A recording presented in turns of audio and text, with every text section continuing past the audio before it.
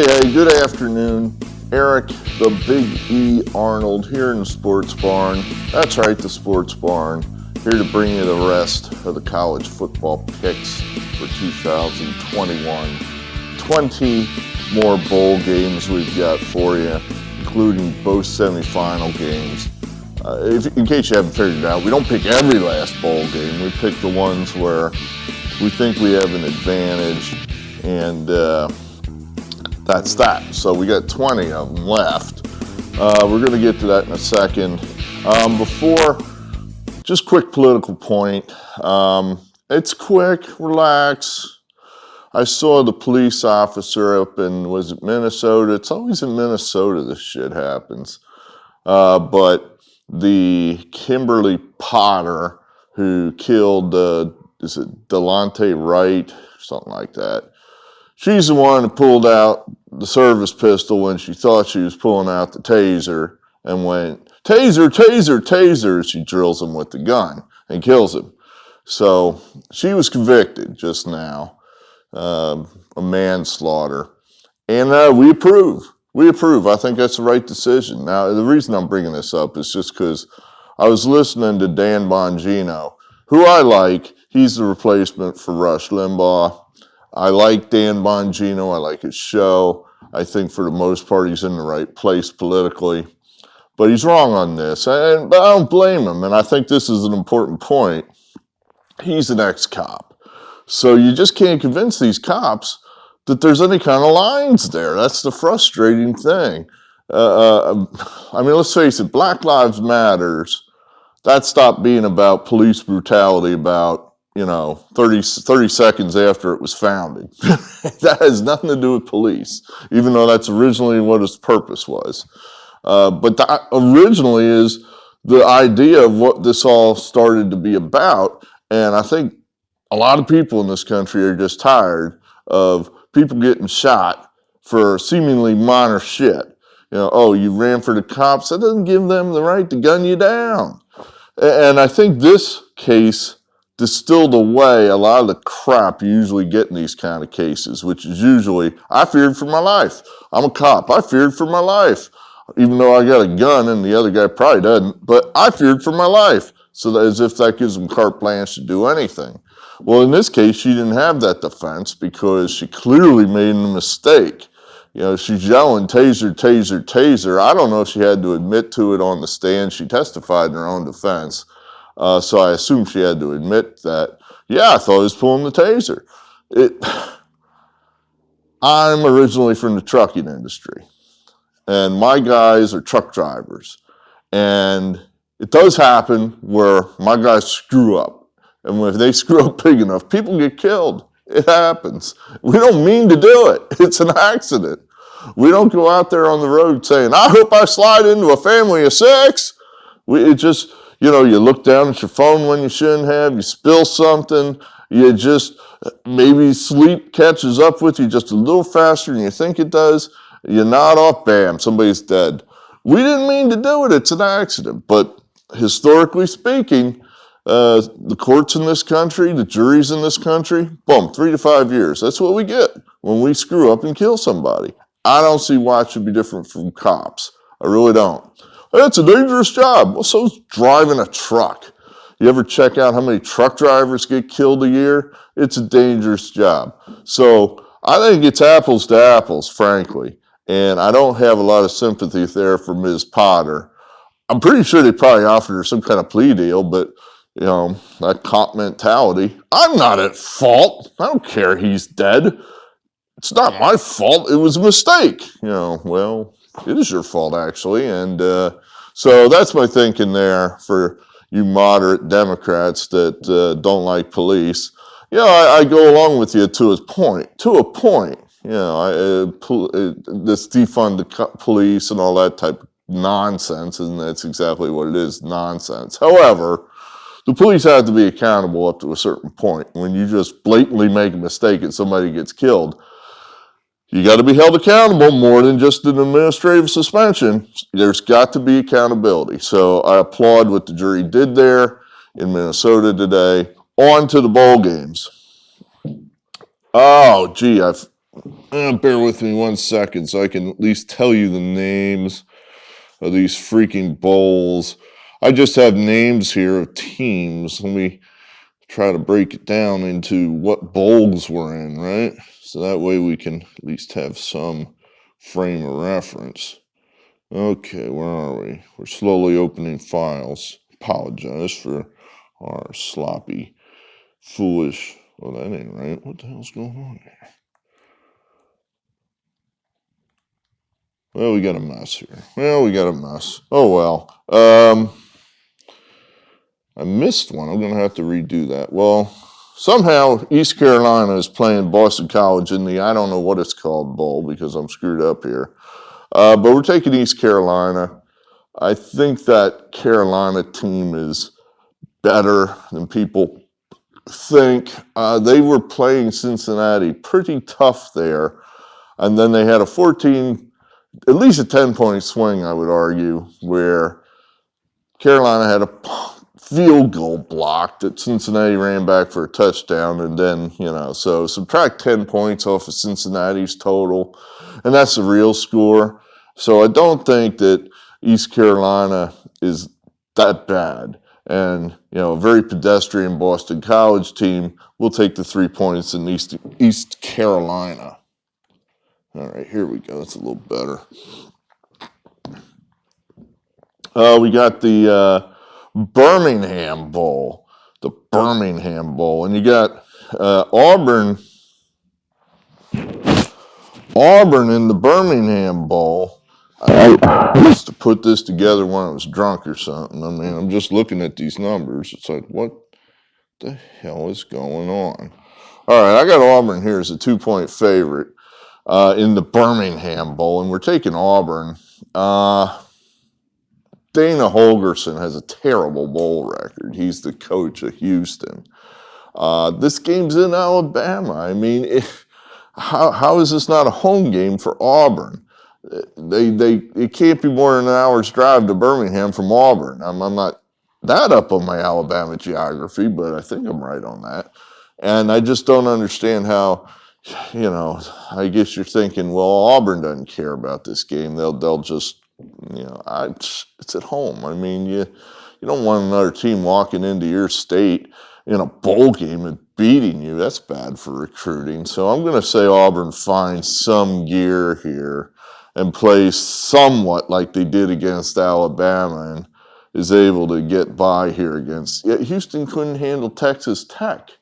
If you're looking for an out-of-conference comp for Houston, they got pounded by Texas Tech. So I don't, Auburn, how are they going to handle them? We're going to take Auburn. First Responder Bowl. I don't know. This strikes me as another one of these Texas games. They play a lot of these games in Texas. Air Force, Louisville. Looks like, I don't know you ever go too wrong taking the service academies in these bowl games. Motivation's always part of these bowl games. Who wants to be there? I think basically academy life might be so shitty for these guys in uniform that going to anywhere is almost like a vacation for these guys. Getting to stop having an upperclassman yell in your face because your shoe's untied or whatever the hell else these guys are into. Just getting to go anywhere, whether it be Texas or Idaho or Pittsburgh or anywhere, is fun. So I think they want to be there. Louisville, who knows? I mean, plus Louisville's been a real up and down team this year. We're going to kind of say Air Force is most likely to give us a consistent effort. So far, the Mountain West has been really kicking ass in these bowl games, and I think they're going to just keep that trend rolling here. We're going to take Air Force. Liberty Bowl. This is an actual bowl game. This one's been around forever. We really like this one. We're looking Texas Tech here hard. 10 points. Mississippi State's that good that they're going to just dust Texas Tech by 10 points. I don't think Mississippi State's that good. They're okay, but they're not that good. Plus, the Liberty Bowl strikes me as a place they don't play that well. It seems like every year they go up there for something and lose, usually to like Memphis or something. So I don't see Mississippi State just throwing their hats on the field. Plus, who wants to be there? I mean, Mississippi State, it's not a vacation. They just, we're going to Memphis again, hooray. We'll take Texas Tech. What else we got here? The Fenway Bowl. We think we have a pretty clean look at this. This should be a cold weather game. SMU in the cold. Virginia, much more suited to play in crummy northeastern cold weather. We'll take Virginia, lay the points.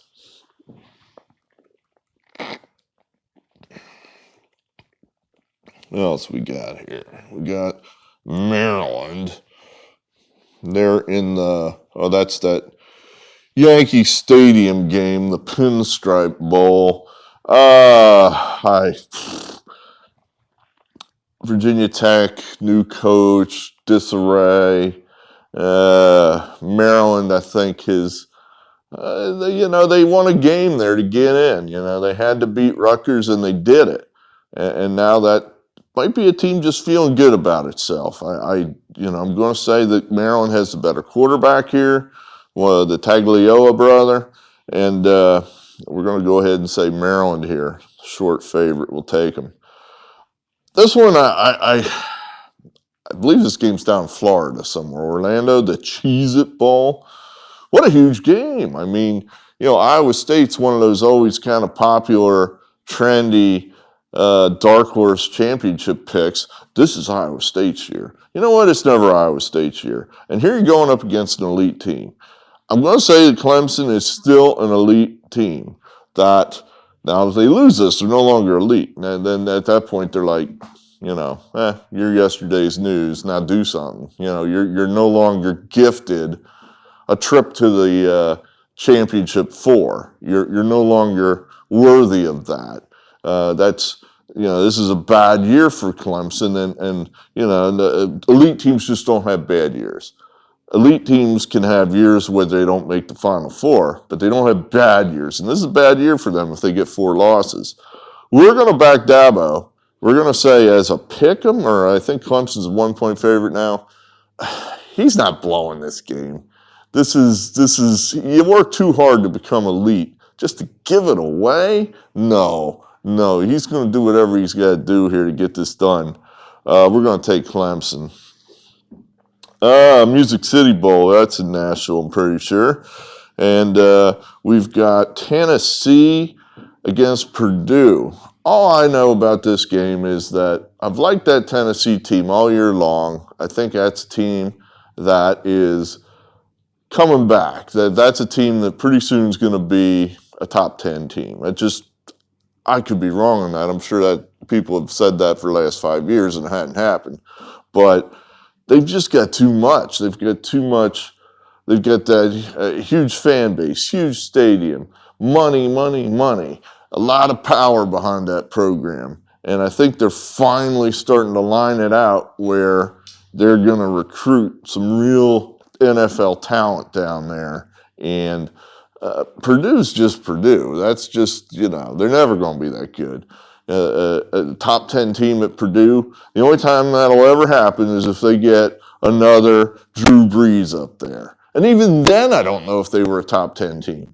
So, Purdue is historically, they either get an NFL quarterback and they're pretty good, or they're just Purdue. And right now, I think they're just Purdue. The last time they went south and played in one of these kind of last week of the year bowls, somebody, I think it was Auburn, hung 60 points on them. I mean, to me, that means you don't match up. That wasn't a bad day. That wasn't, this happened, that guy got hurt, we went for it on 4th down, didn't make it. Next thing you know, it snowballed, and one thing led to another. And, we lost 31-3. It wasn't like that. You lose 63 to whatever the hell it was, 14 or 7, or you don't match up. And that's kind of how we're feeling here, is that Purdue just doesn't match up. They're just not going to be able to hang with Tennessee, and we're going to lay the points with the SEC because it simply means more. Oh, the Peach Bowl. The Peach Bowl, the Peach Bowl. This is what could have been.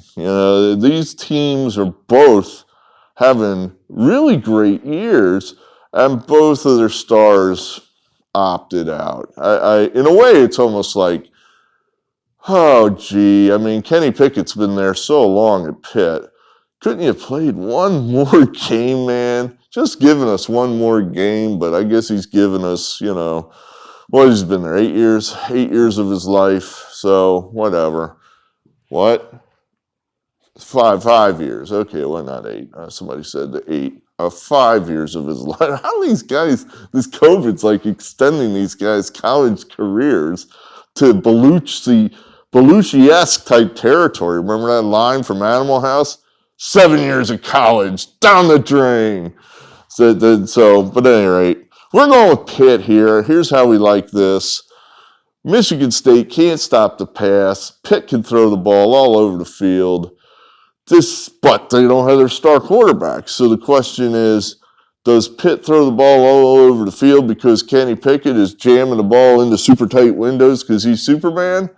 Or do they have a system and weapons at offensive line and receiver that allow them to throw the ball all over the field? We're going to say the latter. We're going to say this guy, this backup, Nick Patty, we're going to say he does okay, and he's able to move the ball in Michigan State, more so than Michigan State's able to run the ball on Pitt's defense, which is actually okay. Pitt has half a defense. So we think, and we're getting paid. We're getting an underdog price here. Pitt's the play.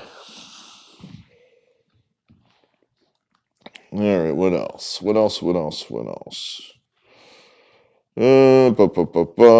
Las Vegas Bowl. I think we got a pretty clean look at this one. 10:30 at night. All right, 10:30 at night right there. That's telling you that's a West Coast advantage West Coast team. They're used to playing that late at night. That game's going to drift on into 1:32 in the morning. Advantage West Coast team. That's definitely a Big Ten team. No, that's not the time of night that they're used to playing football. Then you got Arizona State. They want to be there. This is a game that they're excited to play. Wisconsin, not so much. I mean, they were looking at something so much more exciting until they really got beat pretty easily by Minnesota. Wisconsin's basically had a bad year all year, and I don't know why that changes now. We're getting paid to play Arizona State. I think Arizona State will probably win the game outright, but lose by field goal, we still win. Arizona State plus a 7, absolutely. Gator Bowl. I guess there is no Gator Bowl. When does this end? When does this fucking end? My God, how long are we going to keep testing healthy people and then get bent out of shape when they're, quote, positive, but they never get sick? When was the last time an athlete on any of these teams got severely ill? What? No, I can't talk about those guys that drop over in the middle of a soccer game after they got vaccinated. Can't talk about that. But when they get the flu, how many of them are really sick? I don't even know, because you never hear about it. Does that mean it's not happening? Well, anyway, skip that game. We had Texas A&M, but I don't know. I guess they're going to play Rutgers now, and I don't know what the line's going to be.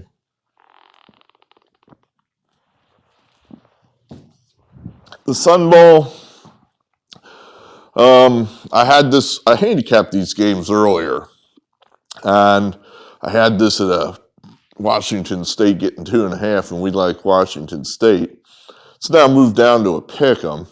I don't know if that's because I'm right and the smart money's moving my way, or somebody's opted out for Miami. Whatever, we're sticking with Washington State. This could be a weather game. It does get cold occasionally around wintertime out there in El Paso. So possibly a weather game. But we were really impressed with Washington State when they just kicked the living shit out of Washington in the Apple Bowl or Apple Cup or whatever. And we think Washington State's kind of on a roll right now, and I don't know that they're going to just stop. Miami's just they're so bad they fired the coach. So, momentum, Washington State, that's what we want. We're skipping this game. I'll have a space there. You're going to say, what? We're skipping what game? This Arizona Bowl, this Barstool Bowl. The game, you're going to say, well, how can I watch that? Well, apparently you can. You have to go to your computer and stream it. I'm over 50, and that kind of stuff makes me nervous, and I don't understand how it works. I am curious to see what these guys are going to do to differentiate themselves from, it's just another football game, because those guys are supposed to be edgy and out there and Barstool. And so how are you going to do this where you're going to differentiate yourselves from ABC or what have you? But anyway, we had Central Michigan, and I just don't. The Mountain West teams are hot right now, and I just don't. Boise State plays it all. They're going to win this game easily. If they want to be there at all, they're going to win easily. So I'm just throwing it away. Just pass on that game. Let's see. Oh, all right. Now we're into the good stuff, right? Now we're here for what you want to know. The semifinals. I want Cincinnati to win this game. I want them to win 100-0. I want Cincinnati to boat race Alabama. And everybody to go, whoa. But I don't really think that's going to happen. Look, how long have we been playing these playoff games? Since 14, right? When did somebody just come out of the weeds and won it all? I mean, I guess you could say Ohio State in the very first one when we won it all with Cardale, our third-string quarterback. But come on now. There was a lot of NFL talent on that Ohio State team, Cardale Jones notwithstanding. Ezekiel Elliott, one of the Bosa brothers was on there. Some other guys that are on the O-line whose names escape me. That was an NFL team, despite the fact we were a 4 seed with a third-string quarterback. I'm talking about, teams that don't make it, have not made it multiple times. Your elite teams, Alabama, Clemson, Ohio State, and then fill in the rest. And what if one of these other fill in the rest teams really done anything? They just haven't. And here you have another fill in the blank team. So when those fill in the blank teams come up against these elite teams, the scores ain't close. Notre Dame, how many times have they gotten in there? Score's not close. I think Washington was in there one time. Not close. Pretty sure Michigan State made it one time. I think they got shut out. You're looking at something similar. Alabama's just going to bomb these guys. They're just going to wipe them out. And that's sadly the way I see it. I want Cincinnati to win, but I sure as hell ain't betting on them. I'll be happy to lose this bet. Unless it's like Alabama winning by a touchdown. Then I'll be pissed. But if Alabama crushes them, told you so. That's about all I can say. So that's the way we're playing that.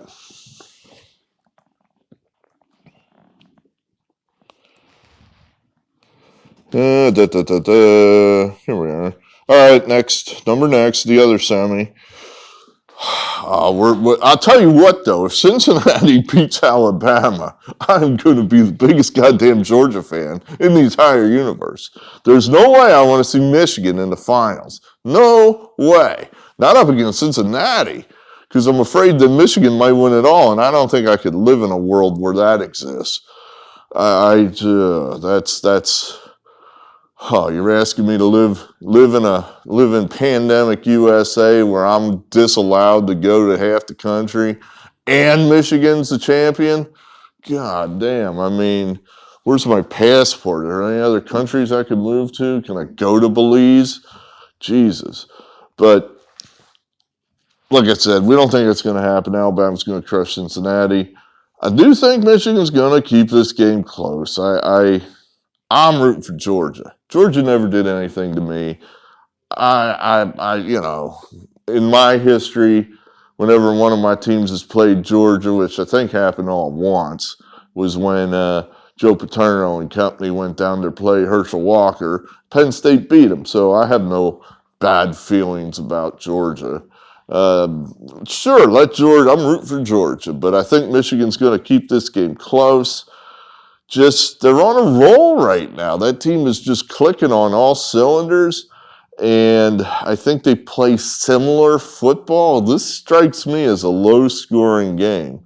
I do not see this getting to be a 40-30 deal. This could be like a 17-10 game. I'm getting 8.5 points. I mean, that's a lot of points in a low-scoring game. We're going to go here with Michigan. All right, now on to the last stuff. The stuff that's pretty good, but not playoff good. Penn State, Arkansas.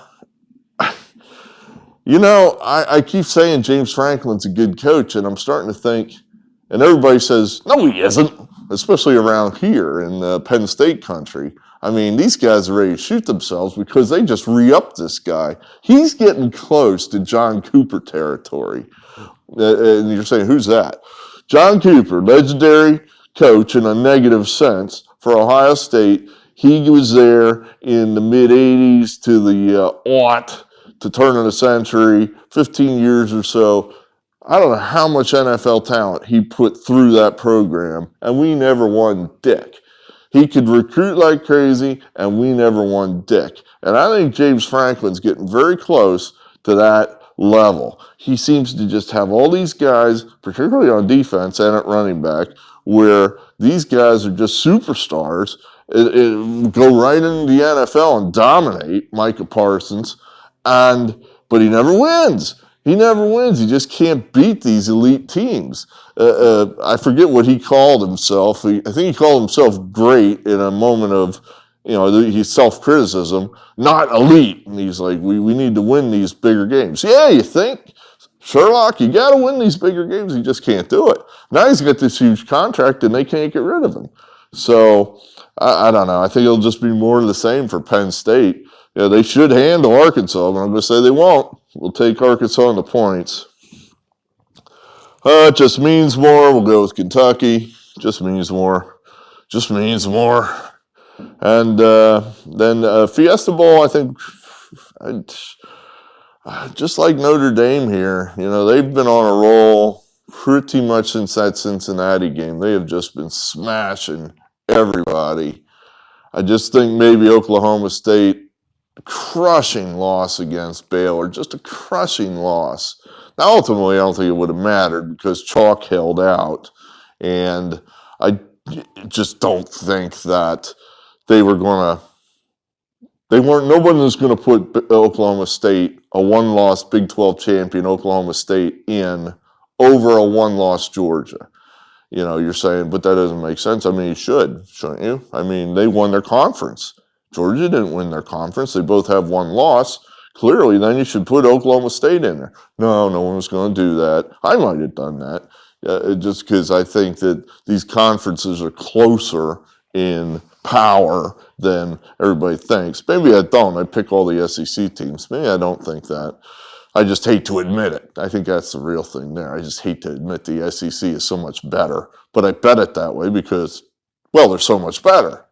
At any rate, Notre Dame, I think, wants to be there. I think they're just a little better than Oklahoma State.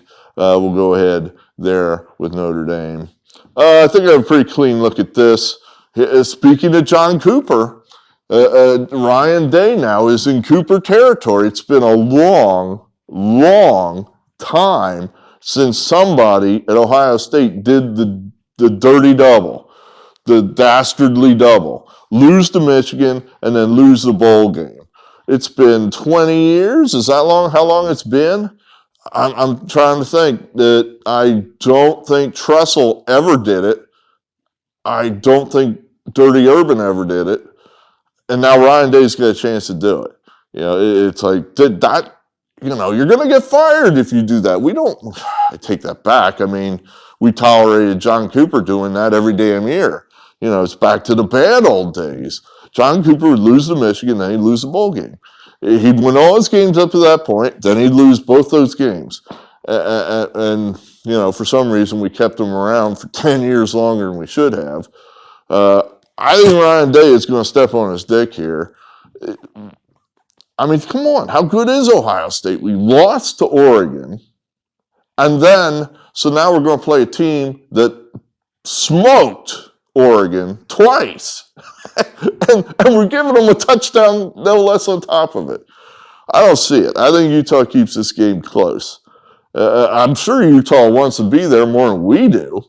It's like, the Rose Bowl, there's always a little special thing if you're from the Big Ten and you go to the Rose Bowl, unless, you're a team like Ohio State that's had smoke blown up its ass for the last 10 years about how elite it is, and all the activities happen in other playoff games, other points of the country, and we're playing Utah. Come on. Utah's got to want this game more than we do. We'll take Utah. Let's see. We're almost at the end here. What do we have? Okay, Sugar Bowl. I don't know. It just means more. That's how we're breaking that one down. We're just going to say Ole Miss. It should be a good game. I think, what are they, 1-point favorite or something? We'll take them. And then again, just means more. We'll take the points in LSU. You're catching points with a just means more SEC team. That one doesn't feel exactly right. That's a Tuesday night, and you know what? I'm crossing that one off. Cross that one off. That's just one of those that I have a feeling is just it's wrong. It's not LSU. That's a team. No, I don't like that one. Scratch that. Forget I said it. So 19 games. You got 19 games. 19 games. That's not terrible. A lot of action. So that'll take us to the new year. At that point, then we'll start making regular college basketball videos. Hey, great. Merry Christmas. Have a good, happy holiday, everybody. Hope everything goes well. Hope Santa brings you what you want. Hell, when you get old and you're over 50, you don't even want anything. It's just, that's me. I'm I guess, a bah humbug kind of guy, but there it is. Good. I'm Eric Arnold, and I believe in picking winners. So I'll talk to you later.